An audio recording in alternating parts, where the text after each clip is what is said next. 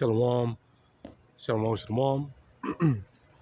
Holy praise and glorification to YAHAWASHI, QADASH, BARAK YAHAWAH, call him YAHAWASHI, QADASH, and praise and glorification to YAHAWASHI, QADASH. And of course, the double answer to Apostle Muslim teacher well. And then the main topic of the lesson is hey, war gonna happen no matter what, man. Now, right now, you got the theatrics, of the European leaders and Zelensky and Trump all meeting together, trying to hold off the war. And Putin saying, "Oh yeah, I want to ceasefire too." No, it's not gonna happen. It's not gonna happen, man. Why is it not gonna happen? Because World War III is biblical prophecy, man. And Russia plays a big role in it. So World War III will happen. It don't matter how many peace talks they try to usher up and get together and talk about it and try to do a land deal. It don't matter. War is going to happen regardless. And guess what? No. And America is going to be destroyed in the end, man. No. And honestly, Trump may be that guy who brings it in, man. Of that destruction. But this is Revelation chapter 11, verse 14. The second world is past, and behold, the third world coming quickly. That's talking about world wars. Because if you don't know, and you read Revelation 9, that's talking about World War I. Now, that's a whole breakdown in itself, but the quick synopsis of it is it's World War I. Now, you read about talking about the locusts, things like that nature. Those are talking about fighter jets and planes, talk about the woman's hair, because some of those troops, their helmets had hair coming down from it. Those war helmets that I believe in the Germans had in World War I. But anyway, that's a whole different topic. But anyway, they're talking about World War III. World War III is prophesied. It's biblical prophecy, man. It's the Valley of Jehoshaphat. Let's also get that too. Because the Valley of Jehoshaphat got to be fulfilled, man. These wars need to happen, man. They'll bring in the kingdom of heaven. We want that. Hey, you're a real person about the Bible, about the scriptures, and you really believe in the Bible, you want World War III. You won't be against this shit. You want war. Because the more war happens, the more closer we are to the Valley of Armageddon, but to the kingdom of heaven. Yahawashi got to come at the end of World War III. Let's actually just prove that real quick. When the nations are at battle, at war, then will the Lord make his appearance. Revelation 16, and let's start verse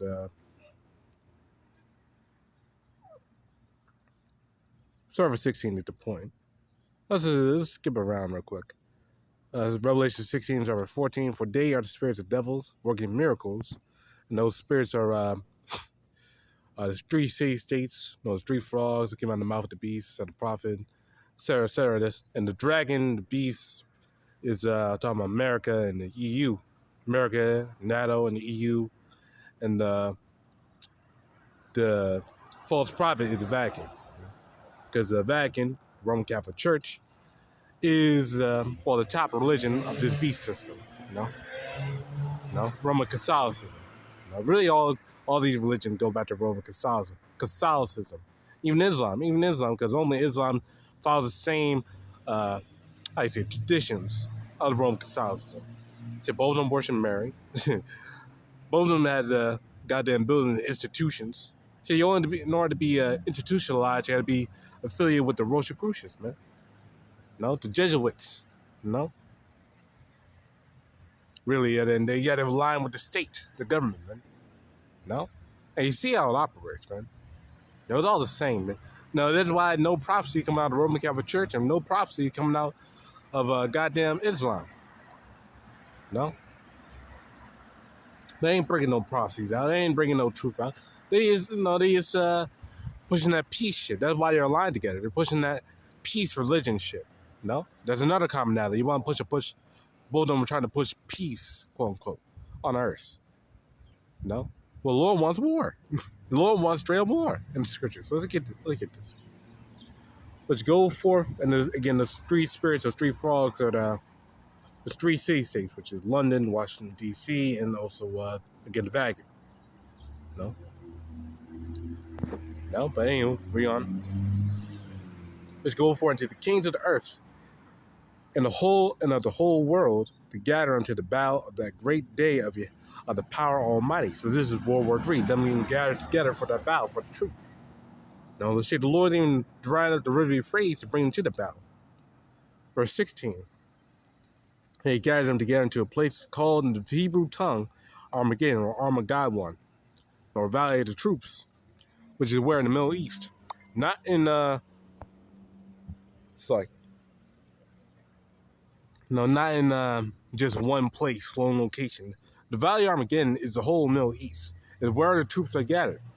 And you look in the Middle East, that's really that whole region is what's it called? Basically a box of bombs. TNT. Barrel TNT, ready to explode. I believe it's called tinderbox, fuse box, something along the lines. Whatever it came to be, it's about to explode, man. It's primed and ready. Primed and ready. Let's skip down here to let's keep going. Verse 17. The seventh angel poured out his vial into the air, and there came a great voice out of the throne, temple of heaven, from the throne, saying, "It is done." So when these troops are gathered together for warfare, then when the Lord poured out that seventh vial, saying, "It's done." And there was voices of thunders and lightnings. There was a great earthquake, such as would not sit men or upon the earth, and mighty earthquake and so great. So this is when the Lord comes back, man. When the Lord comes back, he got to bring that destruction with him, man. And the great city was divided into 3 parts. And the cities of the nations fell, and great Babylon came in remembrance before Yahawah, and give unto her the cup of the wine of the fierceness of his wrath. Now let's go back over here to Revelation 11. To Revelation 11 and verse 12. Verse 11. This is a great city that got destroyed. Now after 3 days and a half, the spirit of Yahawah entered into them. They stood upon their feet, and great fear fell upon them which saw them. And they heard a great voice from heaven saying, "Come up hither." And they ascended up to heaven in a cloud, and their enemies beheld them. They're talking about who? The elect. Now getting beamed up, man. And the same hour was there a great earthquake, and 10 parts of the city fell, and the earthquake was slain of men 10,000, which is a complete amount number. And the remnant were affrighted, and glory to the power of heaven. That's talking about who? The elect getting beamed up, man. But the main point right there is that when the earthquake happens, when the Valley of Armageddon happens, at the same time, the Lord got to bring the destruction. And at the same destruction, at the same time, Yahawashi got to deliver up the kingdom, man. Verse 15 to the point as well. And the 7th angel sounded, and there was great voices in heaven saying, "The kingdom of this world are become kingdoms of our Lord, and of his Mashiach, and he shall reign forever and ever." So that's when Yahawashi comes in, man. With that rulership, man. With that power to redeem who? The elect. I'll show that real quick, too. Matthew 24 and 30. Sorry, 30. They shall appear the sign of the Son of Man in heaven. And they shall all the tribes of the earth mourn. Why would they mourn? Because the Lord got to bring mass slaughter. Revelation 19, man. That's 2nd Ezra 13. And they shall see the Son of Man come in the clouds of heaven, with power and great glory, to do what? To destroy this place, and also to redeem his elect, as I read. And he shall send his angels with a great sound of a trumpet, and they shall gather together his elect from the 4 winds, from one end of heaven, even to the other. So that's when the Lord comes in, you got to bring that destruction, man, at the same time. And during that time, it's going to be World War III. Now let's go to Joel 3. Hey, you're the elect, you got to understand this stuff, man. You're not getting it, it's on you, because you're not the elect. The Lord not supping with you, man. Joel 3:9. Proclaim ye this among the Gentiles. Prepare war. Wake up the mighty men. Let all men of war draw near. Let them come up. And that's what they're doing right now. They're coming up. And they're getting themselves ready, man. For what? The war shit. The bloodshed, man. Now, right now, Iran is making threats in North Korea, making more nuclear missiles, man. Now they're increasing the production of nuclear missiles, man. For what? War.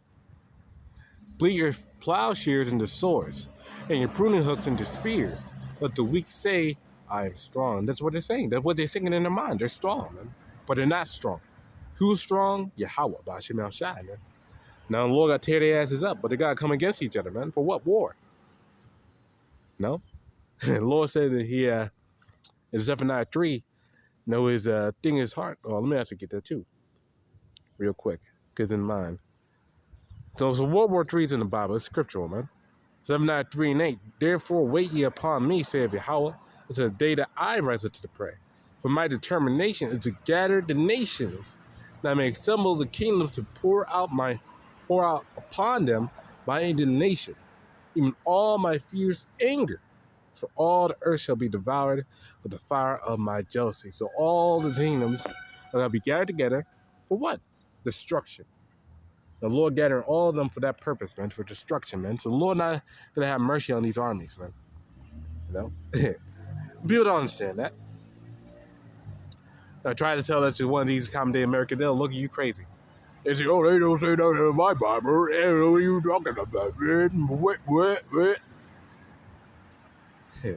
Joel 3 and 10. Be your plowshares and swords and pruning hooks into spears. Let the weak say, I am strong. No, so that's what they're saying. That's what they're thinking. Summon yourselves, come all ye heathen, and gather yourselves together round about for what? World War III. These are cause thy mighty ones to come down, O Yahawah. They got to come to fight against each other, man. Now, so the war is in the Lord's heart. Now, the Lord wants war, man. They got to cause these nations to come against each other in the valley of Jehoshaphat. No, the Middle East. Let the heathen be wakened and come up to the valley of Jehoshaphat, for there I will sit to judge all the heathen round about. So that's what the Lord got to do. No? No? Put ye in the sickle, and for the harvest is ripe. Come ye down, for the press is full. The fats overflow, for the wickedness is great. Because these niggas are wicked, man. Now, will they get a peace treaty? No. Even if they do, that shit could be broken, man. Not gonna last. We know, as soon as we see how fast this is coming together for this NWO, we know that World War III is on the horizon, man. No? So honestly, it could happen any day. Remember, it could happen any day, man. As we sit here, we do these videos and do all this, go to work. Anytime this place could be attacked, man. No? That'll start. If that ain't ignition to World War III, I don't know what to tell you, man. May be ready. No, but hey, they're trying to say peace, peace. Let's get to what the scripture says. In Jeremiah 6:14. They have healed also the hurt of the daughter of my people slightly, saying peace, peace. Well, there is no peace. So there is no peace. There is no harmony coming in. We're in a time of war, man. Now, you can't tell in the air that it is a time of war. I don't know what to tell you. Now, the Lord is bringing in warfare, man. The Lord wants destruction, man. The Lord wants to bring in his kingdom. And war has to happen for the kingdom to be brought in, man. No. That's the whole point, man. No, for warfare, man. Now, I mentioned about Russia. Because Russia is a key player in this prophecy. Now, so you talk about Gog and Magog. Well, Gog, really. Magog means from Gog. So, really, it's Gog from Gog. No, the land of Gog. No, so it's Gog. No? Now, let's read it right here. Ezekiel 38, verse. Hey, look at the map of Gog is Russia. No, it's in the land. It's Russia, man. No, now are they Japhites? No. No, they're not Japhites. These live in the land of God. So henceforth they call God in biblical prophecy. You know? Again, these prophecies are spiritual, man. They can't just be carnal. So, oh, they must be Japhites because they live in the land of God. No. Ezekiel 38 and 2. Son of man, set thy face against Gog, the land of Magog, the chief prince of Meshech and Tubal, and prophesy against him. No? And right now, the person who is currently the chief prince of Meshech and Tubal is Vladimir Putin.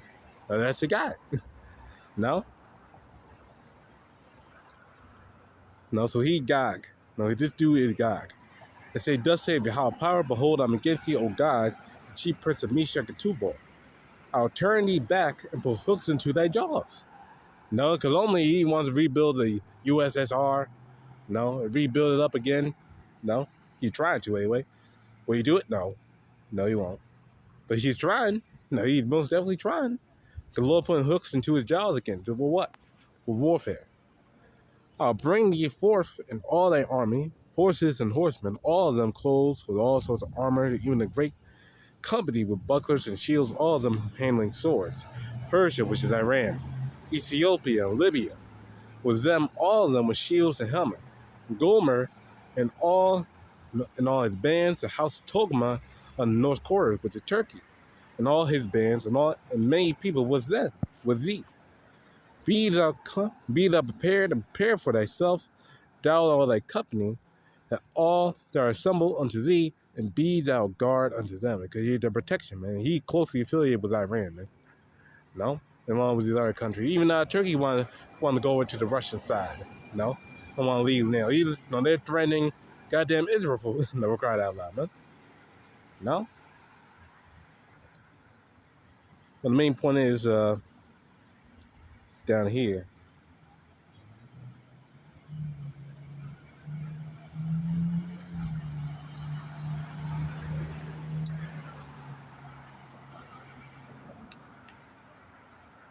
Okay, here we go.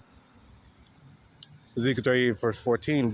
Therefore, son of man, prophesy, saying to Gog, thus say how power in that day when my people of Israel dwell safely shall thou know it. No, and that's not really. No, there's Israelites down there in the land of Israel right now. There is some Israelites down there. No, so right now, in a sense, they're dwelling safely. You know? Right now, they got the Iron Dome. They're protected. Now, they say, no, they boast up all that shit because now they're trying to take over Gaza. They think they're invincible, man. No, those are just small hats, man. But there are Israelites down there, so that's what we're talking about right there when it says my people Israel. No? Because really, not those people down there as a whole, they're not the people. No? But there are some Israelites down there right now. And thou shalt come from thy place out in north parts, thou and many people with thee, all of them riding upon horses, a great company of my army, and thou shalt come up against my people Israel as a cloud to cover the land, and it shall be the latter days, and I'll bring thee against my land, that the heathen may know me, while I shall be sanctified in thee, O Yahweh power, O God, before their eyes. You know? So they gotta come against the land, man. Those Russians, man. No? Now you gotta understand now, during this time and not after they're delivered. They're just talking about right now. But really right now, again, as I just explained, those Israelis think that, well, those small hats, they think they're safe. Well, they think they're good because honestly, they're getting protected by the U.S. They get the fire jets and all that. You got a nuclear missile. They're good. No, they're showing they're not the people. But, again, you have to have the spirit of YAHAWASHI to understand these prophecies, man. Okay, you don't have the spirit, it's not going to make sense. It's not going to add up. No. The scripture said the Lord got saved the nation Israel from the captivity. But right now, they're not in captivity, man. They're absolutely not in captivity. Where the hell is the northern kingdom, man? No, they ain't pushing righteousness, man. No, but ain't. No, Russia got to come against them, man. No. No, Russia got to come against them, man. And when he do, which he will, he got to get destroyed, man. Now let's skip down here. Verse 18. And it shall come to pass in the same time when God shall come against the land of Israel, saying, how power, and my fury shall come up in my face. For my jealousy and my fury and my wrath have I spoken. Surely in that day there shall be a great shaking in the land of Israel. Go, what is great shaking? Nuclear missiles. Those bombs. No? So the fishes of the sea and the fowls of the heaven and the beasts of the field and all the creepy things that creep upon the earth and all the men that are upon the face of the earth shall shake at my presence.